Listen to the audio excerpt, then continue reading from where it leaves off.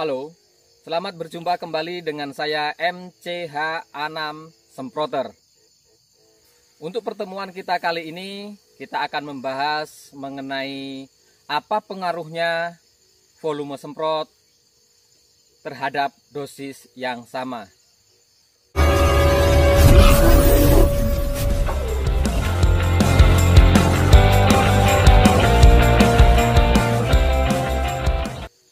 Maksudnya apa? Di sini akan kita bahas mengenai estimasi dosis per hektar sama. Kita ibaratkan sama-sama 1 liter. Akan tetapi menggunakan volume semprot yang berbeda. Ataupun menggunakan banyaknya air yang berbeda. Ataupun juga banyaknya cap yang berbeda. Bagaimana pengaruhnya tentang efikasi dan juga efisiensi waktunya. Oke, simak terus. Namun sebelumnya, bagi yang belum subscribe, harap subscribe. Lalu tekan tombol lonceng, like, komen, dan share. Kita di lokasi yang sekarang ini banyak soft grass-nya.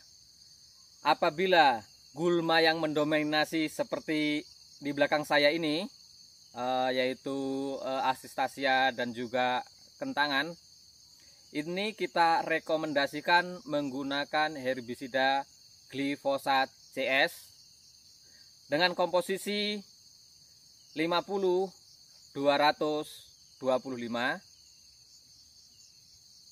dengan volume semprot antara 150 hingga 200 liter per hektar, dan juga dosis antara 1 sampai 1,3 liter maksimal untuk primernya.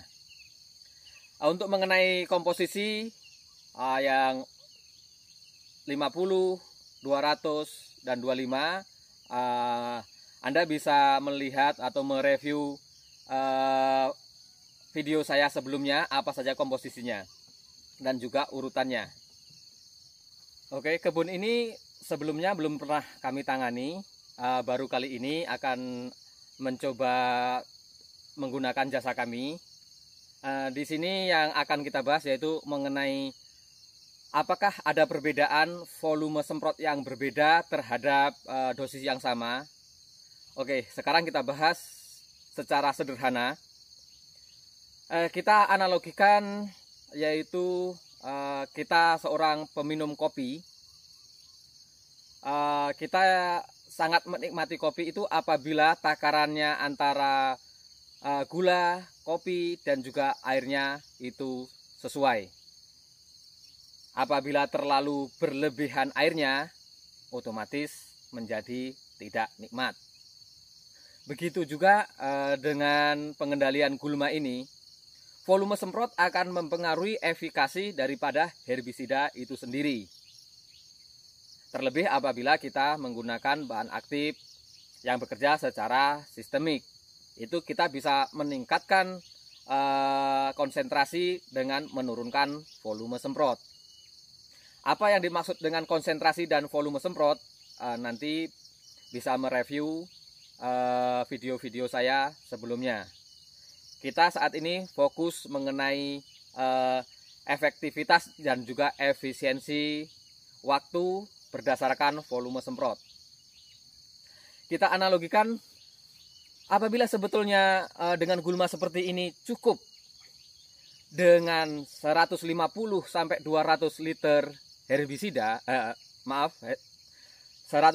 sampai 200 liter air ataupun larutan, kemudian kita beri, karena dengan alasan tanda kutip ini tadi alat apa adanya ataupun SDM yang tidak profesional dan lain sebagainya, kita beri larutan hingga melebihi dari 200 liter.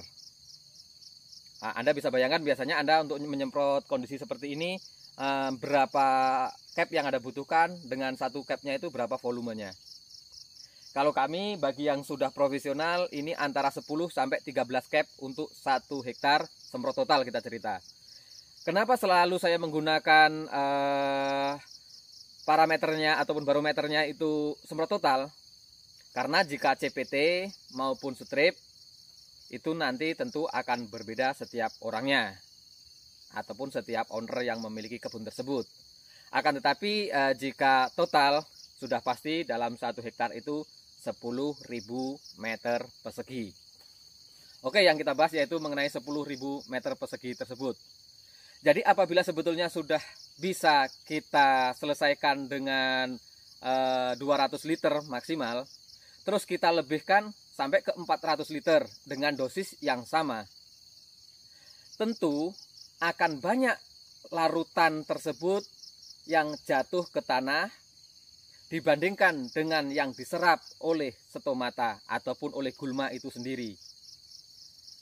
Sementara kinerja daripada glifosat ataupun sistemik, ini tadi kita karena menggunakan sistemik, itu tidak harus basah kali apalagi sampai menetes. Cukup dengan rata daunnya ataupun rata gulma tersebut terkena dengan larutan. Apakah itu mati? Ya, alhamdulillah kami sudah menjalani usaha ini 12 tahun dan selama ini sistem itulah yang kita gunakan. Kemungkinan mati atau tidak itu kembali kepada komposisi herbisida sekunder yang kita gunakan. Mengenai hemat atau tidaknya penggunaan herbisida sekunder itu akan kita bahas nanti. Yang jelas apabila tidak hemat, otomatis saya tidak berani melakukan pekerjaan dengan harga murah sementara jaminannya mati. Dan owner juga tentu tidak akan menggunakan kami jika hasil kinerja kami matinya tidak bagus dan atau memberi efek negatif terhadap hasil produksi kebun yang kami tangani. Jadi kami tetap memperhatikan poin-poin tersebut. Intinya, apabila kita terlebih menggunakan volume semprot dari yang seharusnya, itu tidak akan memberi keuntungan kepada kita, kepada aplikator selaku penyemprot, maupun kepada pemilik kebun ataupun owner yang kita tangani. Permasalahannya di mana? Permasalahannya semakin besar volume semprot, otomatis persentase herbisida ataupun konsentrasi semakin rendah jika dengan dosis yang sama per hektarnya.